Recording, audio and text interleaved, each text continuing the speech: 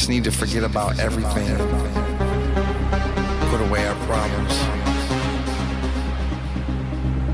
get along with each other and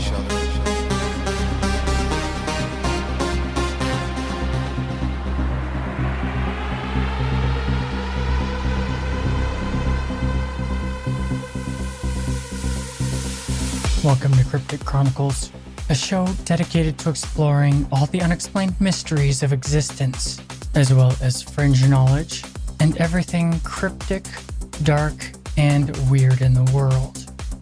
Today on the show, we're going to continue our journey into exploring lore on the Nephilim, and this time we finally got to Atlantis lore, which is actually pretty sprawling and vast knowledge concerning these ineffable beings. I know I've been gone a while, and sorry about that, but I've had some some issues and some things I had to take care of and some, life. And I'm not going to bore you with personal stuff. So sorry for the long break. I'm back, and let's get back into it, shall we? It's time to get weird. I'm your host, Tim Hacker, and you're listening to Cryptic Chronicles.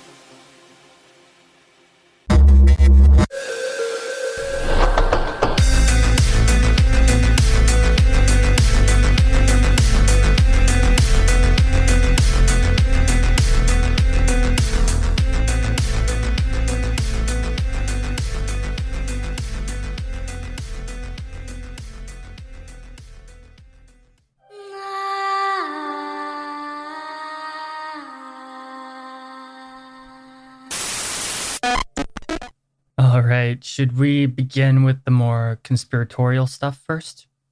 Or should we kind of ease into it? If you're one of my Patreon supporters and listen to the exclusive episode on advanced ancient civilizations, then you're very aware of my lifelong fascination with Atlantis. In fact, even as a kid, when I first came across it, it almost seemed kind of familiar to me. And I've just really found the whole idea behind it and all the mysteries surrounding it incredibly engaging throughout my life. There's actually very little I hadn't heard about Atlantis myths, or at least so I thought. When I was researching for these Nephilim and Watcher episodes, I actually came across some new material that was unfamiliar to me, and it was a pleasant surprise. The geological evidence to support a cataclysm around 12 to 13,000 years ago is pretty compelling. And the Great Flood did indeed happen as the ice caps melted at the end of Earth's last ice age. And then with civilizations like the advanced ones that built Göbekli Tepe, Egypt, Sumeria, and all these highly advanced and sophisticated civilizations at the dawn of human history are not as easily explainable away as the mainstream masses may think. Even the Sphinx has rain damage on it, with rain in the area only occurring probably around 10 to 13,000 years ago. But the world isn't ready for that conversation. People who don't really agree with this stuff, even though there's tons of evidence to back it up, if they ever thought about it all and put together all the evidence in an objective way that their confirmation bias didn't hinder them from seeing objectively, they'd see that there's flood myths found all over the world from ancient civilizations, and they all share a common theme of otherworldly beings existing among humans prior to that flood. The antediluvian world is what it's called. Old Earth. And all of these flood myths from cultures around the world that never contacted each other or had any engagement, they all share the same themes, which is quite bizarre and unexplainable. One more important thing to remember too is that when people talk about Atlantis, specifically the Atlantis researchers, they're not necessarily talking about the Atlantis that comes from ancient Greece. Atlantis is really just a word to describe something, which is a civilization that was advanced and thriving prehistory. Doesn't necessarily mean that its name was Atlantis. Could have been called who knows what, a language dead long before we rediscovered how to use tools or whatever. I'm sure you get my drift.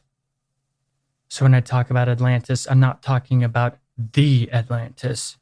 but just an unknown lost civilization that disappeared and is unknown to us, though there's much evidence that it existed.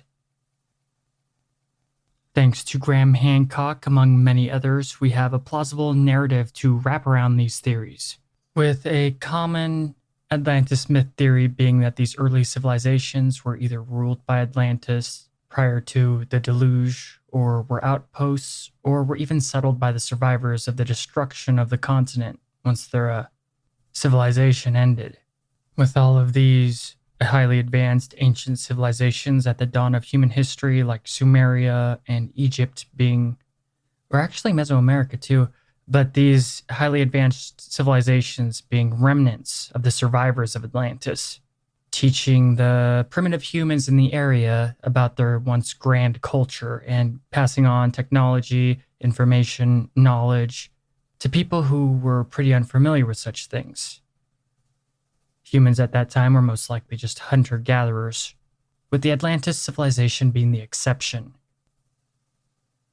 This is often used as a scapegoat to explain away like the advanced knowledge these ancients seemed to have with technology that wasn't rivaled up to the modern age, or the Renaissance, I mean.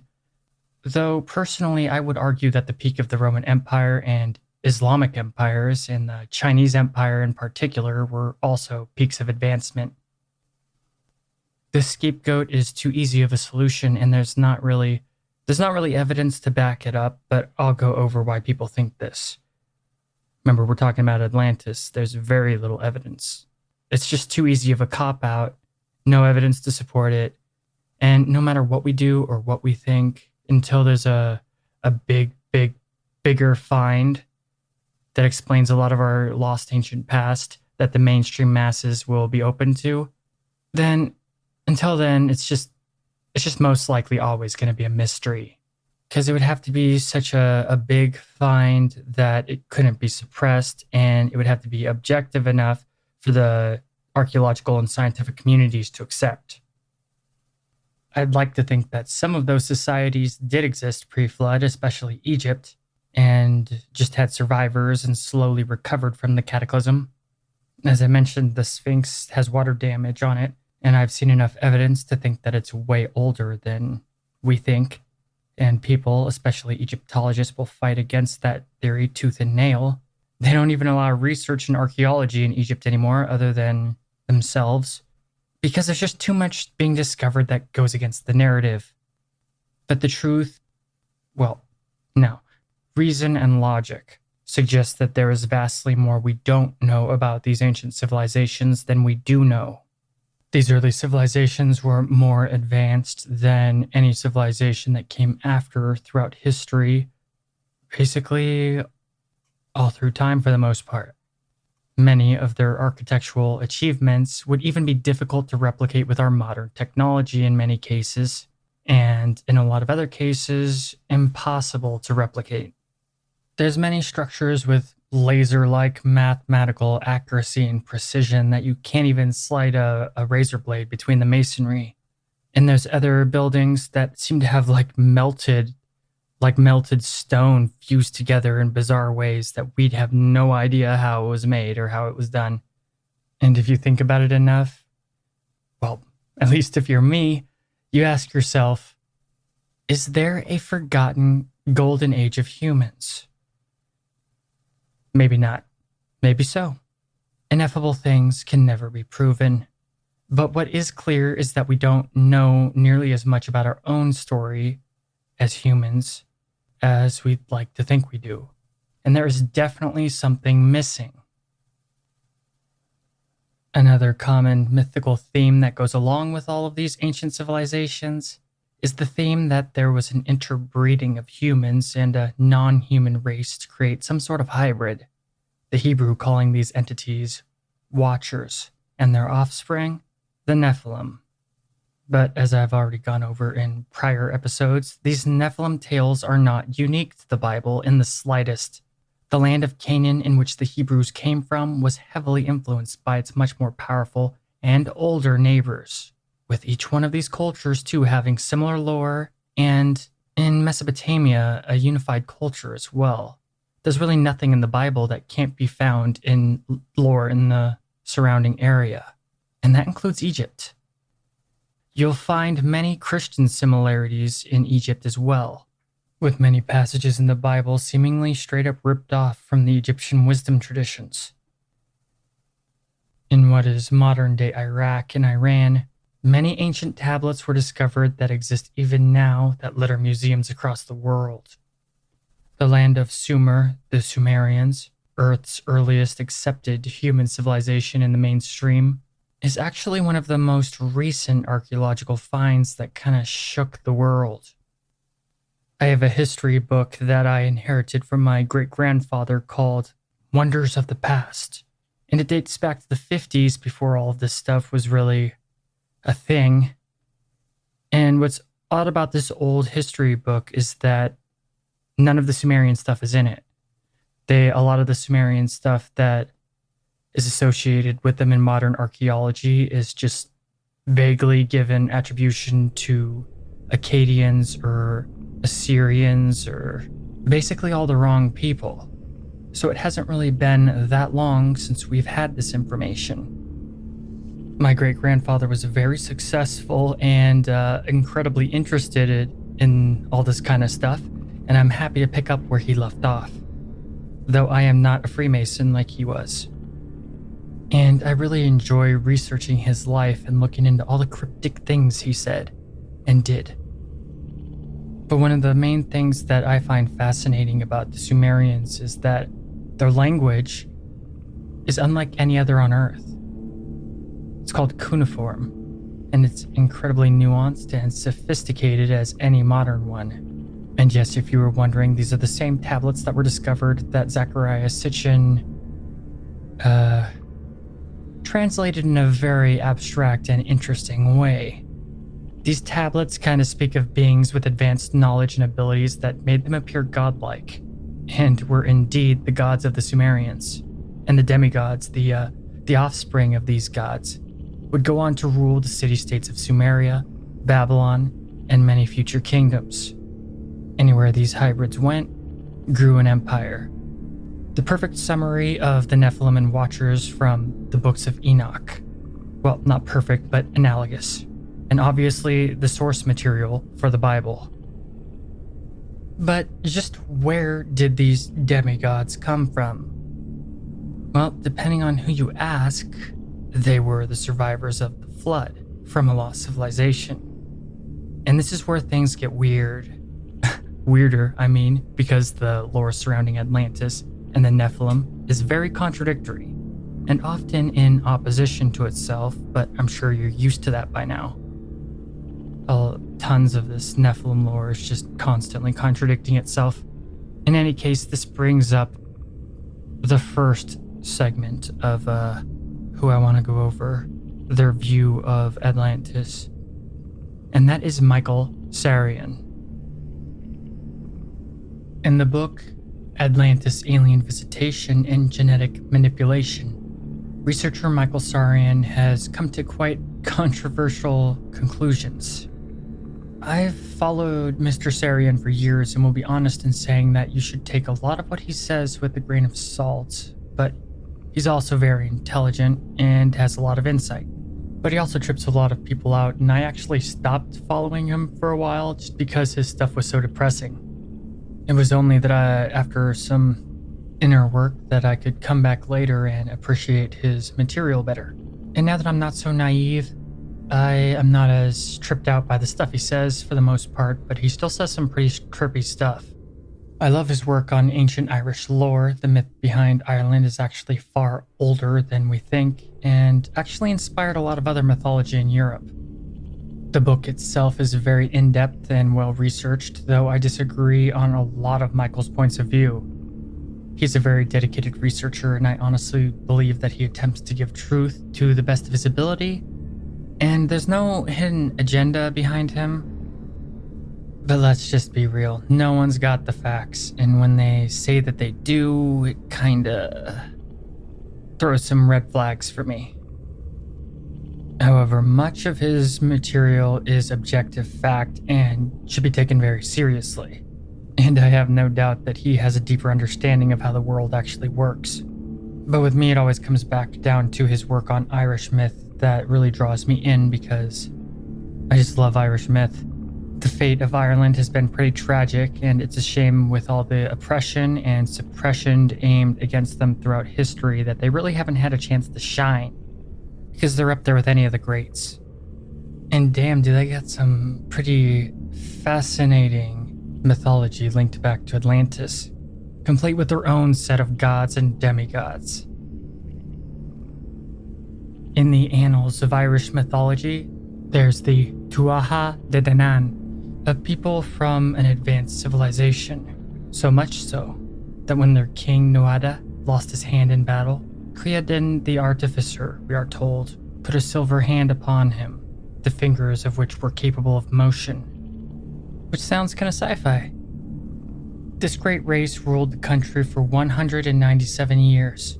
These Tuatha De Danann are the inspiration for elf folklore across Europe, including Tolkien's The Lord of the Rings. The legend of the Tuatha De Danann tells us that as the floodwaters from the cataclysm subsided, the Tuatha De Danann ships stood upon the hill of Tara in Ireland, whereupon they built their magnificent city of wood, ivory, and bronze.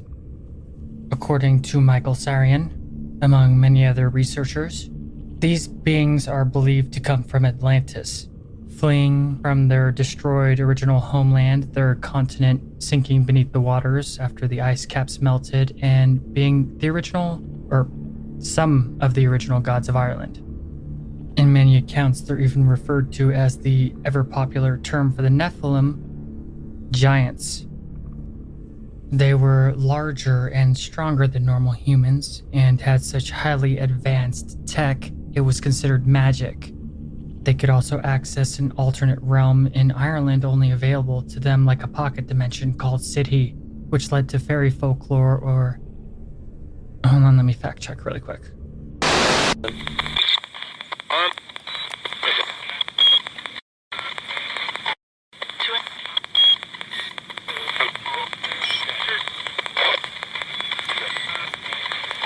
My name's...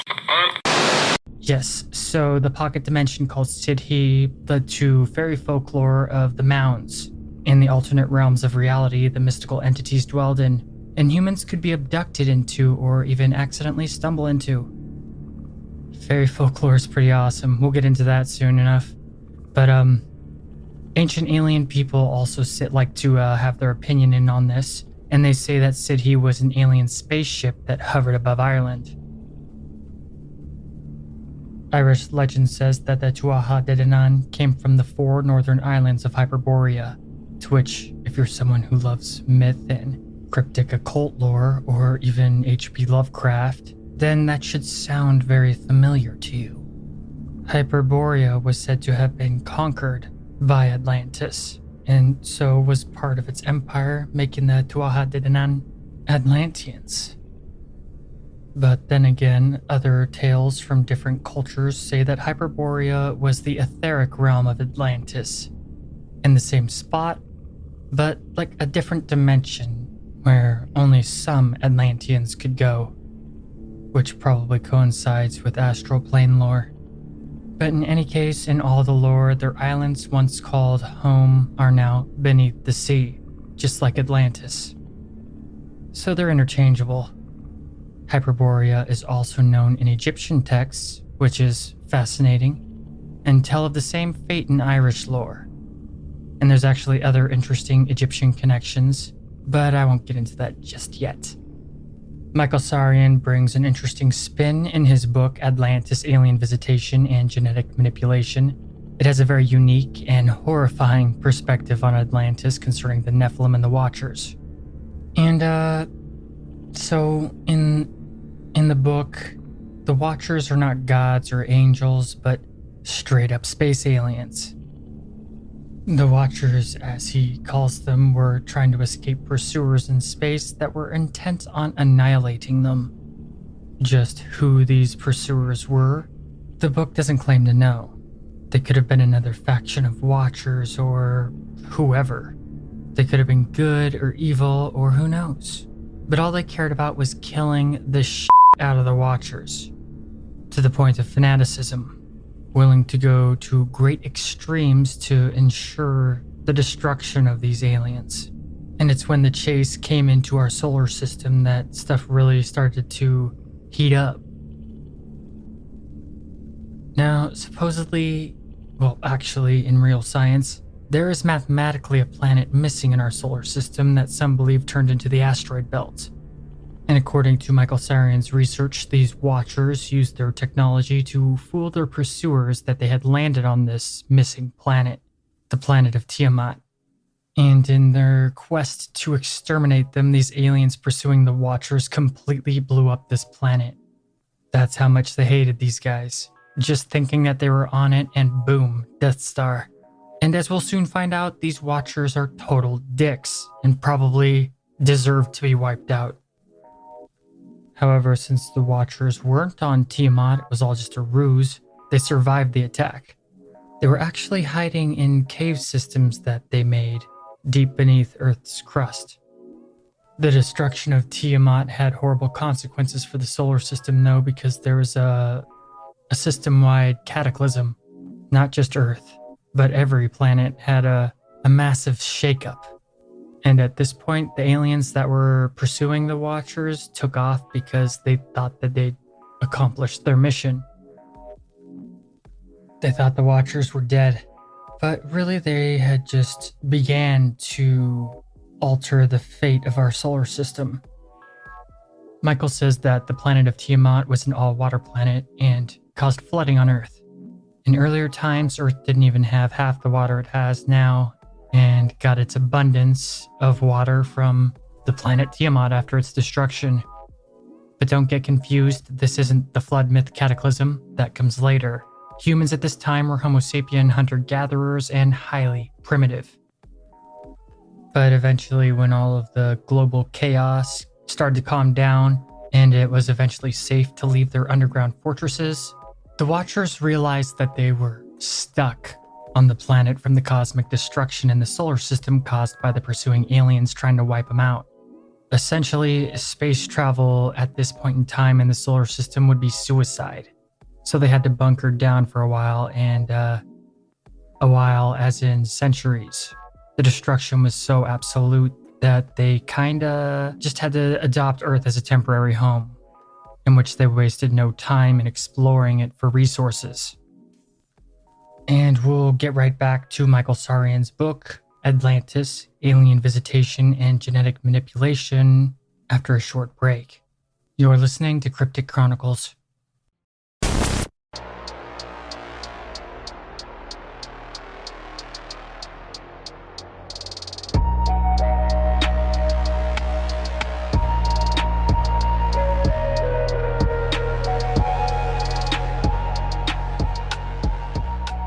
Hi there, thanks for listening to Cryptic Chronicles. The show is sponsored by Blueberry, and if you're interested in starting your own podcast, use our link. Go to crypticchroniclespodcast.com and click on the Blueberry link on the homepage. By doing so, you'll be helping the show. Blueberry is optimized for iTunes as well as all podcast hubs. You won't have to worry about expensive contracts or fees. In fact, you won't have to leave your own website. You'll have your own RSS feed and no third-party sites. Try it for a month free by going through Cryptic Chronicles. Also, if you're a fan of cryptic content, please support the show on Patreon. By giving just $1 a month, you can really assist us in posting more content frequently. You'll also have access to bonus ad-free episodes of the show and the Discord channel. To keep up with all Cryptic Chronicles content, follow us on Twitter, Instagram, Tumblr, and of course Facebook. Give the Facebook page a like and join the Cryptic Chronicles group. We'd love to hear from you. Thanks for supporting the show, but most of all, thanks for listening.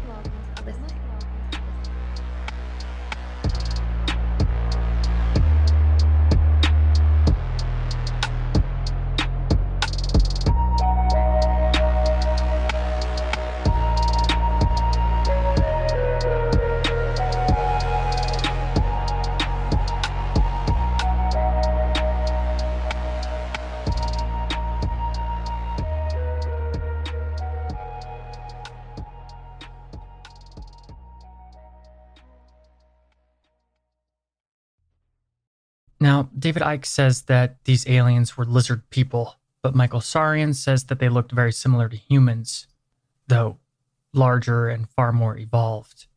But they were also evil and didn't care about the natural world around them or the natural evolution of its native inhabitants, humans. The Watchers were pretty small in numbers, all things concerned, and also thought menial labor beneath them. But if they were going to be staying on Earth for a while, they might as well make it comfortable. So they began scouring the Earth for resources. Humans just being another resource to exploit. Yet, according to Michael Sarian's book, it's a massive taboo to alter the natural development of evolving sentient species in the galaxy. So much so that it could actually cause war with other interstellar civilizations. He says that's why aliens don't really contact us now openly, but these Watchers took a large group of our ancestors and altered them with their own DNA to create slaves. So humans instantly went pretty much from primitive hunter-gatherers to having highly advanced brains and a very self-aware consciousness. And according to Michael Sarian's research, these experiments were pretty horrific, with babies bursting out of human mothers' stomachs analogous to the Alien movies, or the Watcher babies just dying within the womb. But after a bunch of crazy stuff like that, they eventually just settled on DNA manipulation alone.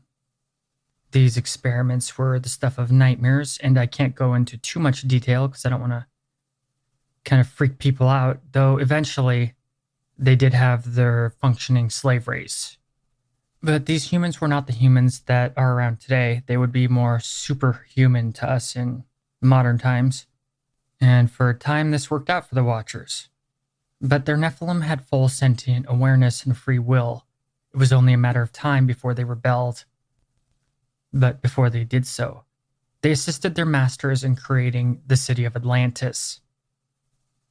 And in case you just missed that, humans are Nephilim from this lore and research.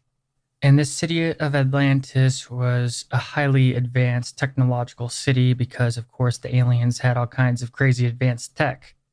However, they were still kind of stranded there, and eventually, when they thought that it was safe to try and leave Earth and go back home, they packed up and tried to ditch the planet, but found out that they were unable to leave. The aliens that had pursued them and destroyed the planet Tiamat had apparently come back just in case any of them survived. And instead of just blowing up planets right and left, they decided to take a more tactful approach and saw that Earth was inhabitable. So just in case, they installed highly advanced shielding, for lack of a better word, around the planet, with the generator being on the moon. They could have also done this to other celestial bodies in the Sol system, but the Watchers were horrified that they were trapped and would work endlessly to try and escape. They did, after all, have their slave race, but that was soon to change, because the Nephilim chose not to serve the Watchers anymore. They were, after all, fully sentient, and decided to do a grand exodus from Atlantis. Somehow they avoided open conflict, though they did actually find a place to create their own grand city, the city of Lemuria.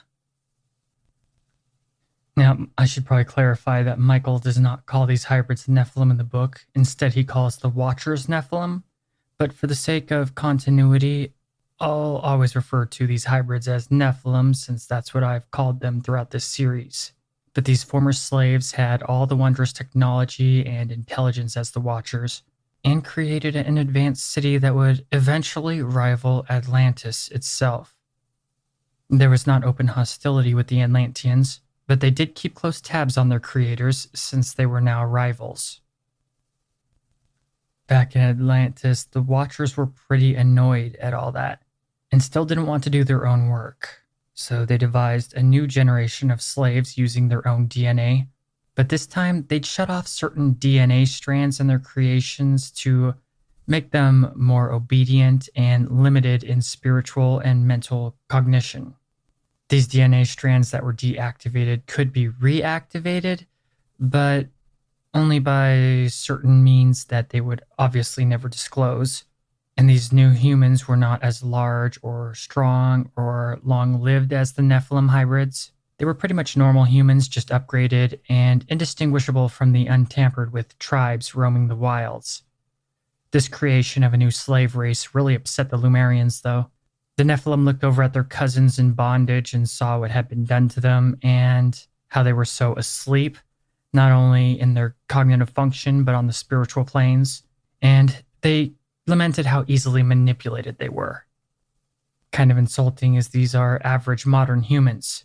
These are the humans around existing right now, according to this lore. Though some tribes did still wander Earth to evolve on their own.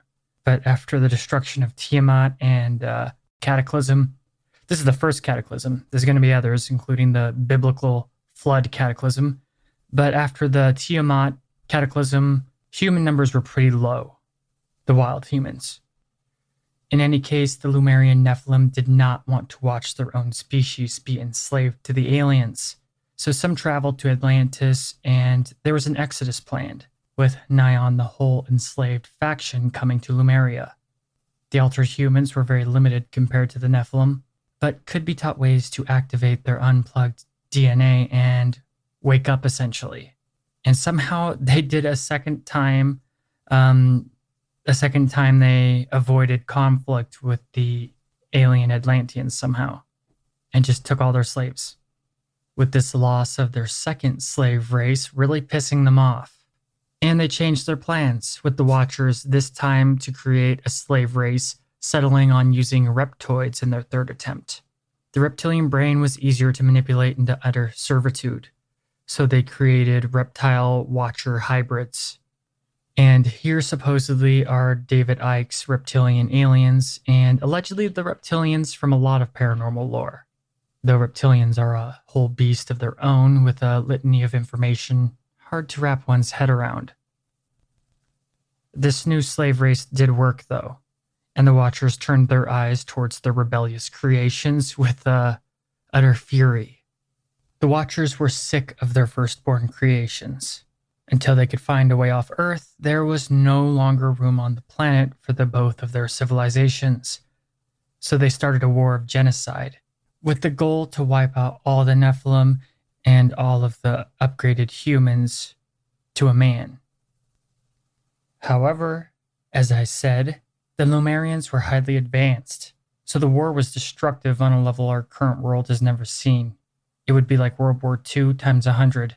And this war is allegedly recorded in the Hindu Vedas, the Mahabharata, and basically Indian mythology is supposedly revolving around this war, which is pretty fascinating because this is not the first time that I've heard this or ancient wars being super advanced.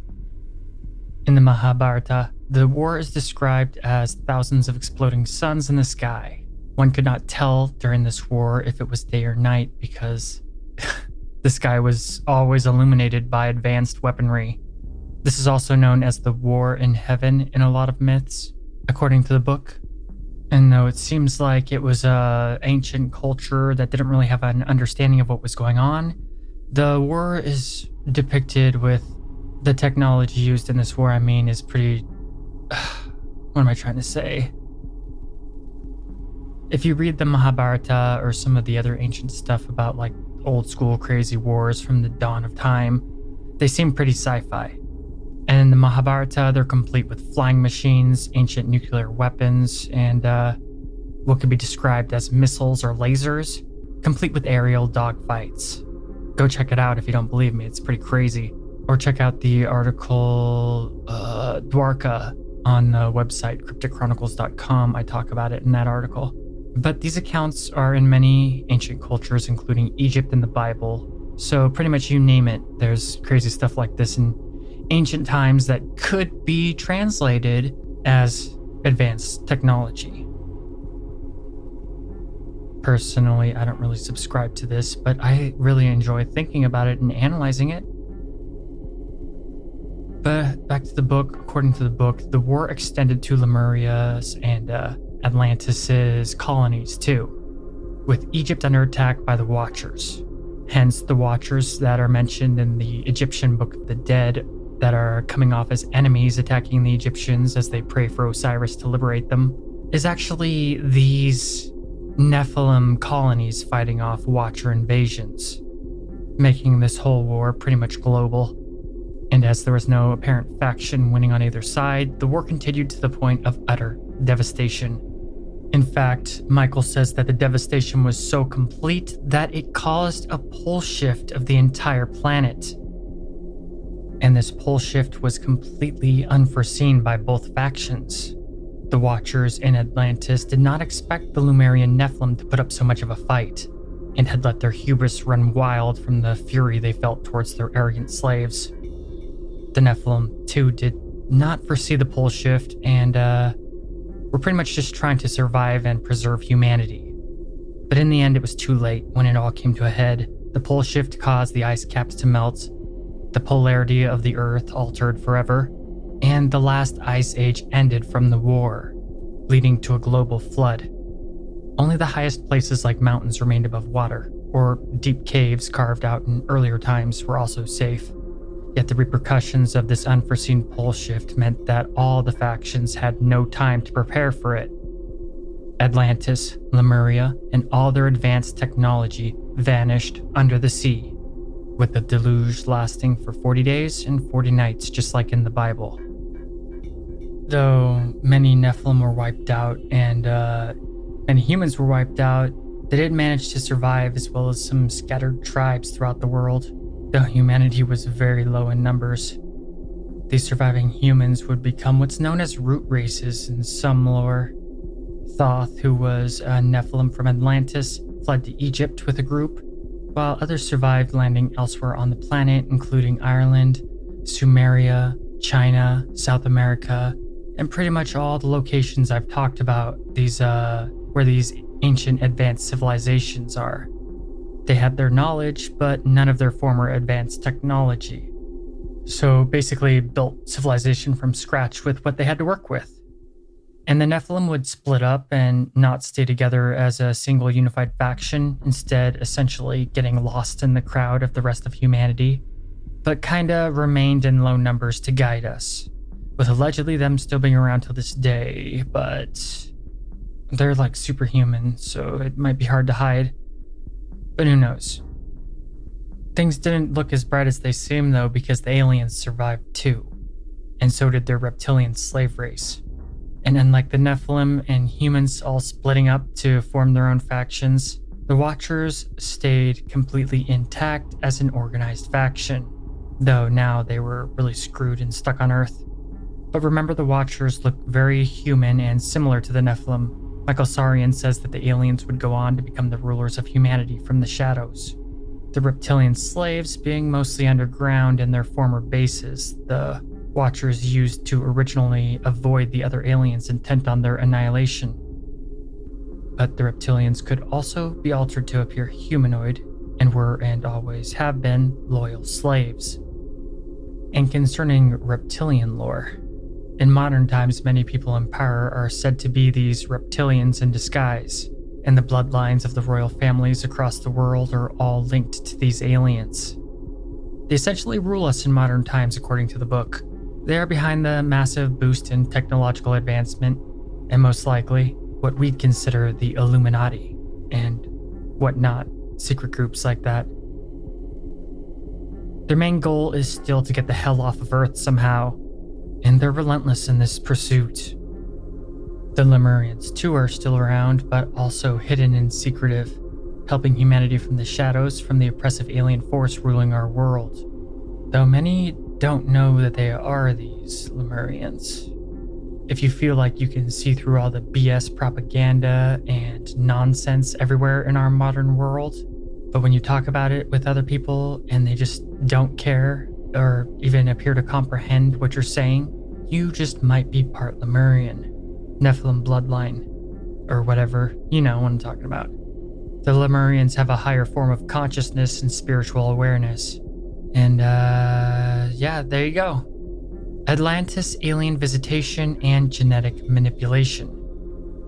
Yet again, we come across the Nephilim being the good guys, unlike their Hebrew view in the books of Enoch. And we are the Nephilim. Modern humans are Nephilim, technically. Whether the lesser slave race or the Lemurians, there is genetic manipulation in our DNA. Only the untouched tribes are fully human, and who knows who those are. We're most likely all mixed together now in modern times. And it's fascinating how, according to Michael Sarian, these hidden archons are still around in our world, ruling humanity from the shadows in a very parasitic way. The majority of the problems in the world and opposing factions have actually been created by these assholes.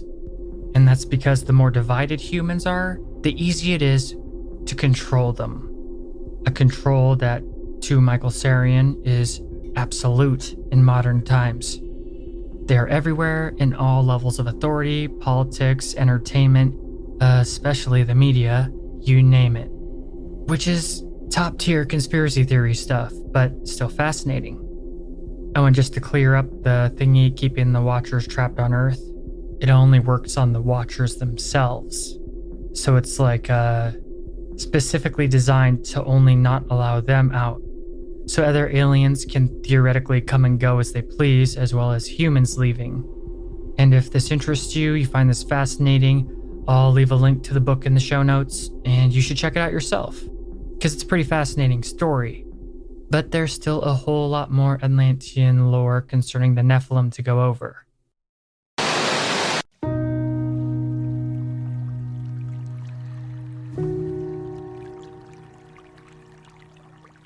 Hello, my name is Nessie. You might remember me from such places as Loch Ness, because I'm the Loch Ness Monster. Cryptic Chronicles is sponsored by Blueberry. If you're interested in making your own podcast, just go to blueberry.com, or by going to crypticchronicles.com, click on the sponsor link on the homepage. By going through Cryptic Chronicles, you will not only be helping to support the show, but you'll also have the best podcasting host on the market. There's no contracts, and you can cancel anytime. You'll have free 24-hour tech support, syndication with your own RSS feed, as well as a plethora of other goodies that only professional podcasters use. There's no third-party sites to log into. Never leave your own website. You remain in control. All you have to do is produce your podcast, write your blog post, and then publish with 29,000 plugins to pick from. By going through Cryptic Chronicles, you'll have 1 month free of the best podcast statistics, as well as 1 month free of the best podcast hosting. So go through our sponsor, Blueberry, today. And if you can, visit Loch Ness, because I am very hungry.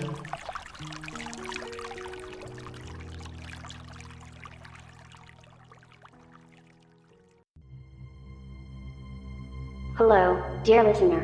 Have you ever had a paranormal experience? A spiritual or esoteric experience? Have you ever seen a UFO or something that you could not explain? Have you ever witnessed anomalous activity that defies reality? Have you ever experienced unexplained mysteries of existence? If you have your own cryptic tale and would like to have it shared on the podcast, then call 1-800-757-6049 and leave a message of your experience. If it's what Cryptic Chronicles is all about, then it will be shared on the show. Just make sure you thought about what you will say ahead of time, and give a clear and concise account. Also make sure to leave your name, where you're from, or any information that will assist in making a clear picture to portray to listeners of Cryptic Chronicles.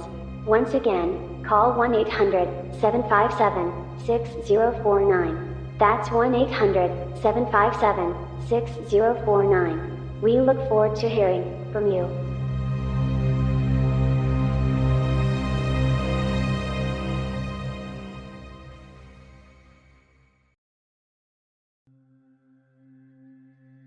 Let's get into the more mythic stuff that we'll find familiar, listener. like Enoch the Evil and the Emerald Tablets of Thoth, which are not to be confused with the Emerald Tablet of Hermes, that the Emerald Tablet of Hermes is far older historically. But here's some quick lore on a more standard myth view, with even the Greek gods having a hand in stuff. There's not many people that know that there's lore documenting Enoch actually being a tool of the Nephilim and Watchers, called Enoch the Evil. In this version, he was a collaborator and greatly rewarded by the alien influence. Also, Atlas is the ruler of Atlantis, and obviously the inspiration for the city's name, as well as the Atlantic Ocean and whatnot. Atlas was the son of a Titan and actually the brother of Prometheus. He had many children, mostly daughters, with the most famous one being Calypso, who lived on the island Ogygia. The term Atlas has been used to describe a collection of maps since the 16th century, or the world in general, I guess, back when a Flemish geographer published his work in honor of the mythological Titan. The name Atlantic Ocean is derived from the Sea of Atlas, an old term for the sea in general back in the days before they discovered all of Earth's landmasses. Furthermore, according to Plato, the first king of Atlantis was also named Atlas, but that version of Atlas was the son of Poseidon and a mortal woman named Cleito. The works of Eusebius and Diodorus also give an Atlantean account of Atlas. In these accounts, Atlas's father was Uranus and his mother was Gaia. His grandfather was Ilium, king of Phoenicia, who lived in Bablos with his wife Beruth. Atlas was raised by his sister Basilia. So as you can see, there are many different versions of this lore. So basically same old. I'm sure we're very used to contradicting lore now on the Nephilim. But going back to a focus on the version of the lore concerning Enoch the Evil, it is the first generation of Titans that are the Watchers, with the Greek pantheon being the Nephilim, similar to the Ben Elohim from Hebrew lore. And Enoch is constantly referred to as Enoch the Evil in this version, never just Enoch or Prophet or any of his other titles and stuff. But I think the people behind it just confused the Enoch from the books of Enoch with another Enoch from the Bible who was evil, I guess, from certain points of view, and who was Cain's son. Cain being the brother of Abel and the first murderer.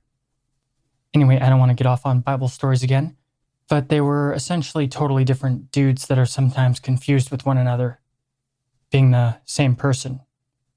Also, there's so much use of the Greek pantheon and inaccurate descriptions of places from mythology. I mean, I don't really think whoever put this stuff together really knew what they were talking about. And when I tried to look up the sources, I couldn't really find any. The guy's name is Gary Wayne, who's a writer, so you can go check it out if you want. He's interesting, and I'm not trying to diss on him or say that it's all illegitimate, because a lot of people took his stuff and just rolled with it, adding their own stuff to it. So there's a lot of confusion on legitimacy and accuracy concerning this lore from legitimate sources. But basically all the gods of Greece are the Nephilim and the Titans are the Watchers, with a special focus on Neptune being the main bad guy. Also, the Anunnaki gods or Watchers have somewhat of a reptilian theme and physical traits that a lot of conspiracy theorists concerning reptilians kind of go off of. Cool stuff, but not for the weak-minded, because it might make some people paranoid. I feel like a lot of these conspiracy theory-based points of view lack a lot of knowledge to understand what they're trying to talk about, and their conspiracy-based points of view don't allow them to research the knowledge they need to really understand, which is it seems like a vicious cycle to me that some are just not capable of breaking out of. Enoch the Evil this, Enoch the Evil that. It's hard to break out of paradigms once you're just completely stuck in one. But while we're speaking of forbidden knowledge, let's look at the Emerald Tablets. In the Emerald Tablets, Thoth distinguishes himself as an Atlantean and also separates the Watchers or Nephilim from ordinary humans or other beings. The Egyptian religion is considered by some to be the purest remnant of Atlantean spiritual beliefs, though in this version, the city of Atlantis is mostly populated by humans and the Nephilim being small in number. And the Egyptian religion kinda is believed to be portrayed accurately in the Emerald Tablets, which is true to an extent, which can be debated, but it's strange considering our knowledge on the subject is pretty recent, all things concerned. Some call it a solar cult, which can be true concerning the masses' view of the religion, but it was actually far from what it appears at face value. Using god forms as symbology for natural phenomena of nature is hard to understand with our modern perception of ancient gods. To them, they did exist on the spiritual planes, but were more forces of nature than people, personalities, or egos. Like the archetypes from some occult lore and Carl Jung, these things were more abstract and metaphysical than physical embodiments or like physical beings. I guess. It's hard for me to explain. But in Egyptian, and according to these texts, the Atlantean religion too was all about source energy, the all, somewhat similar to Gnostic beliefs, though to say that Gnostics all believe the same thing would be incredibly inaccurate. There is no unifying Gnostic religion, it's just a bunch of scattered different beliefs and viewpoints, all summed up into the same category for ease of categorization. But as well as in the Hindu, with everything in existence just being an extension of one source energy or God, a lot of these ancient religions were actually more monotheistic than we give them credit for. So these Atlanteans were not worshipping the Nephilim as gods or the Watchers as gods for that matter. Though in the Emerald Tablets, Thoth does reference the Anunnaki by name as well as their lesser known title, the Shining Ones, which also reminds me of the sons of the Egyptian god Horus, who too are called the Shining Ones in ancient Egypt. There's no connection there though, just a cool similar title. The sons of Horus are actually kind of awesome and protect the dead on their journey through the afterlife. They're also the 4 archangels, earlier prototypes of the directions north, south, east, west, because they perform many of the same functions the archangels of the quarters do, including the element they govern: Mikael, fire; Raphael, air; Gabriel, water; Uriel, earth. They guard the 4 corners of the temple, just like the sons of Horus: east, south, north, west. So it's interesting how there's so many similarities in the eons of religious evolution. It's also fascinating how the Emerald Tablets survived history in the first place. Many believe that the Emerald Tablets survived thanks to secret orders, but it's more likely that they survived thanks to the Medici of Rome, who translated it and released it into the world. Now, where the Medici got the Emerald Tablets, that's another question, and if you research it, you can find a lot of answers, though none of them are credible. In the Emerald Tablets themselves, Thoth talks about confidential knowledge being imparted to only the worthy, and that unworthy people could use it for evil purposes. And in the tablets themselves, Thoth talks about bloody sacrifices being adopted by the people, which resulted in numerous incarnations of hellish beings being manifested into the world. However, there were those that did not stray from wisdom and remained true along with Thoth. He talks about the kingdom of shadows and the coming of the children of shadows, and how in the form of man they moved amongst them, alien, but looking like men, but only to sight they looked as men. There were times that the illusion fell and they looked serpent-headed. Thoth talks about how they crept into politics and places of power in Atlantis, their toxic influence going unseen. They'd slay the chiefs of the kingdoms and take on their form and rule in their stead. These children of night came from another vibration, another realm, and with their serpent appearance, this is where a lot of the... I think I already said that. Yeah, I already said it, but a lot of the modern reptilian lore can be found as its origins in the Emerald Tablets of Thoth, because the true form and image of these children of night were reptilian.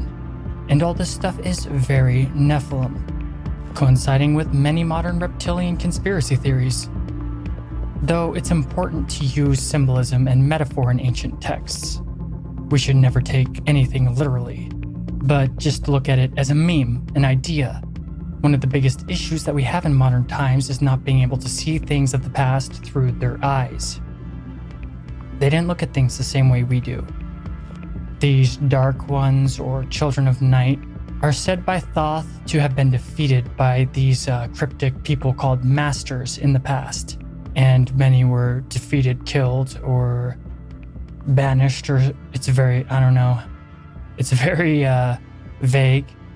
But eventually, over the eons, these entities crept back up to us from their plane through our own doing in the pursuit of power. Some researchers or people who kind of lean Gnostic call these beings archons, and according to them, they're still among us today, if Thoth is to be believed. And it is this Nephilim influence that caused the destruction of Atlantis. These beings were from a lower reality, specifically stated to exist in a different vibration than our world, and could only come into manifestation through actions of these Atlanteans and humans in general. With these entities corrupting also many Anunnaki gods.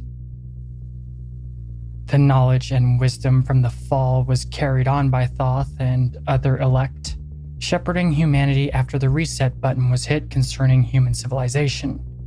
With all of the early advanced civilizations such as Egypt, Sumeria, Göbekli Tepe, South American ones, all basically being the survivors of Atlantis, who went into the more barbaric human cultures to teach them and restart civilization. The Emerald Tablets chronicle the fall of Atlantis by Thoth and the evil that unknowingly impregnated it by the masses. And like the Gnostics, Thoth speaks of humanity's true nature as light beings, the children of light, and that our evolution and our advancement is actually far less than what it should be concerning the state of things. So the Emerald Tablets are pretty fascinating, and I'd go check them out if you're interested, but expect to be confused and take everything with a grain of salt. Alright, let's end this episode with the book Atlantis, the Antediluvian World. A book I really liked when I was a kid, and it blew my fucking mind. The book Atlantis and the Antediluvian World was released in 1982, in which the author openly calls the rulers of Atlantis the Nephilim. Ignatius Donnelly basically, once again, presents the Nephilim as a drama of good against evil, the Nephilim being a supreme evil in this version of the lore, with the Garden of Eden being basically Atlantis itself. The author states that all gods of all nations originated there, and that the mythical tales of heroes also come from Atlantis, not originating in Greece or any of their originating nations and lands as we think of them, but were actually altered over time to suit individual cultures. As we've already gone over, world myth is indeed very similar. So what he says concerning this is actually plausible, though plausible does not make fact. And the author takes Homer's tale on Atlantis literally, something that's actually pretty dangerous concerning history, myth, and the past in general, and can damage credibility. A lot of mainstream people like to say that it was all just an allegory, and Homer was just using allegory and metaphor. And while that's true in a lot of cases, I'm not convinced that Homer was actually just speaking tales. And many people don't even try to say that Homer existed. There's a lot of people that say Homer didn't even exist, but had actually many influences. I mean, don't get me wrong, I'm open to the idea that he was a real person. I'm also open to the idea that he wasn't a real person, and is just kind of a placeholder to form myth around, which is actually kind of consistent throughout history. But if you're familiar with mnemonics and mnemonic anchors, as well as an education in linguistic anthropology like me, it's easy to see that Homer's works were actually an oral tradition before ever being written down. The anchors are obvious, with terms like clever Achilles used on repeat. Every time that one of these characters is mentioned, there's always something describing them before their name. Tons of characters have these weird repeated adjectives that don't seem to fit and seem odd when being read in modern times, the way that we tell stories. Like in normal writing as we know it, this might be used to introduce a character, or just used once in a while, but never on repeat every single time with the same words. One of the main ways to tell that the story is an oral tradition is when these descriptions are used on repeat every time. So unless it came from an oral tradition of storytelling, you're not going to see this. These are mnemonic anchors found in all oral traditions of storytelling. And if a tale has mnemonic anchors and is an oral tradition, then that means that it's probably prehistory. Like 95% chance or something like that. And if you're wondering what mnemonic anchors even mean, or what mnemonic means, if I didn't explain that, I don't remember if I explained it or not. It's a way that you can say things and think about things that create an easier way for you to remember them in your brain. People in the past basically had the equivalent of entire books completely memorized, holding entire libraries and archives in their minds. Modern humans are kind of devolved in this aspect. But I'm getting kind of off topic. So what I was trying to say or conclude was, when it was finally written down, Homer's tales, when it was all finally written down, they probably slapped Homer on it to make it look like it was written by someone, which in that time would give it more credibility. But in the Antediluvian World book, the author states that the tales of Homer are far older than classical Greece, something I'm inclined to believe as well concerning all the mnemonic anchors. Though not proven, don't get me wrong. It's just as reasonable to think that Homer was an actual person and these are actual historical events. Unique to Greece, I mean. But some key points in the book is that the true antediluvian world was the Garden of Eden, the Gardens of Hesperides, the Elysian Fields, the Gardens of Alcinous, the Mesomphalos, the Olympos.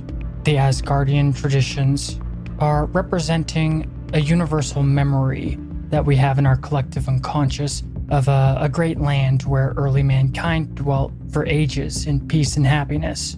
And that the gods and goddesses of the ancient Greeks, the Phoenicians, the Hindus, the Sumerians, and the Scandinavians were simply the kings, queens, and heroes of Atlantis. And that the acts attributed to them in mythology are confused, a confused recollection of real historical events concerning the Nephilim. This book is actually pretty legit, and like I said, I've loved it for decades. And it's objective with a lot of good points. Doesn't mean it's right, but it is one of the less opinion-based compilations of research and covers a vast amounts of real-world knowledge. And the fact that the book is pretty old, not too old, but contains much knowledge relevant to the modern world, I find very interesting. And after reading this book, you might just become a believer in Atlantis. Or, I mean, what I should say is, you will be a believer in the idea of Atlantis, at least. One thing I learned as I grew older is you can't really take anything as objective fact concerning myth and things beyond our grasp in the current world concerning history. So, though it's a fascinating book, you gotta take it with a grain of salt like you do concerning all lore on these unexplained mysteries. What's the old saying? I'm probably gonna get it wrong. Don't believe everything you hear, don't believe everything you read, and only believe half of what you see.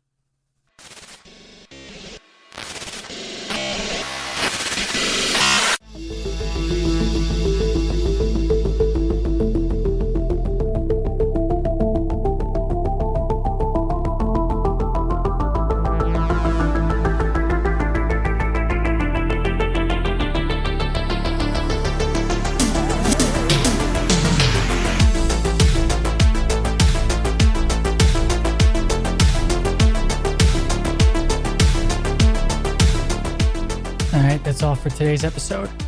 In the next episode on the Nephilim, we're going to go into King Nimrod, and Algernon Herbert claims that Atlantis was the residence of the Nephilim.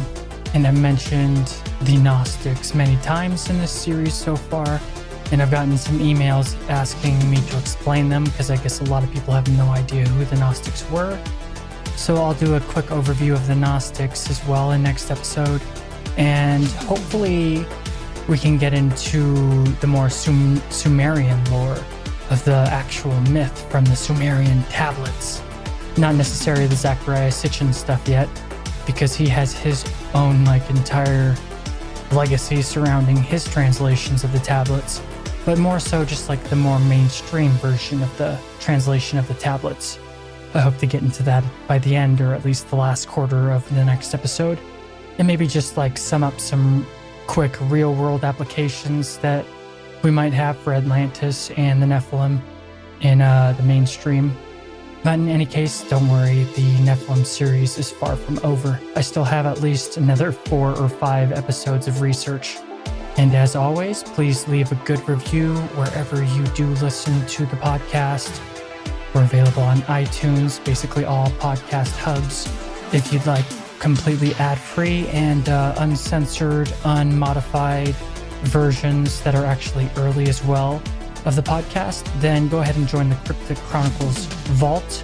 The Chronicler's Vault, it's at crypticchronicles.com on the top bar. It's just Patreon. Becoming a patron will unlock a bunch of cool stuff. Depending on what you pledge to, you can have an entire episode dedicated to you, come on the show, a bunch of stuff. Go check it out. Also, don't forget to follow us on social media. Of course, there's Facebook. We got a pretty big Facebook group, but follow us elsewhere. Tumblr, Twitter. I don't really go on Twitter.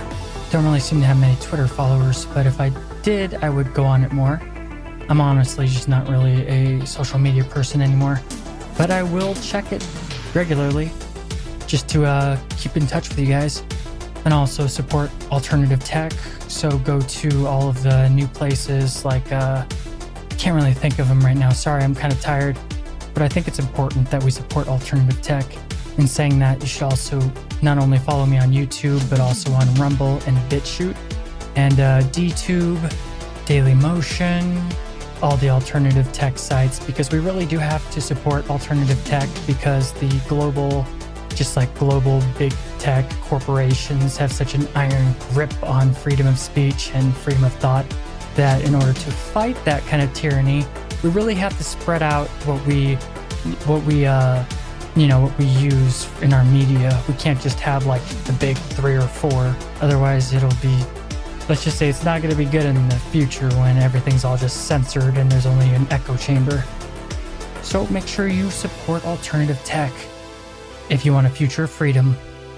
And as always, thank you to my patrons: Angie Allen, Paul, Ashley, Stephanie Wilkie, Leon Watson, Linda Gonzalez, Megan Crosswell, and everyone else who supports the show.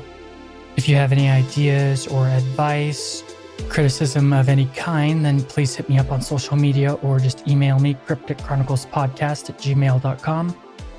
Thank you for listening to Cryptic Chronicles. And as the philosopher emperor, one of the greatest philosophers, minds, and stoics of history once said, "The things you think about determine the quality of your mind. Your soul takes on the color of your thoughts."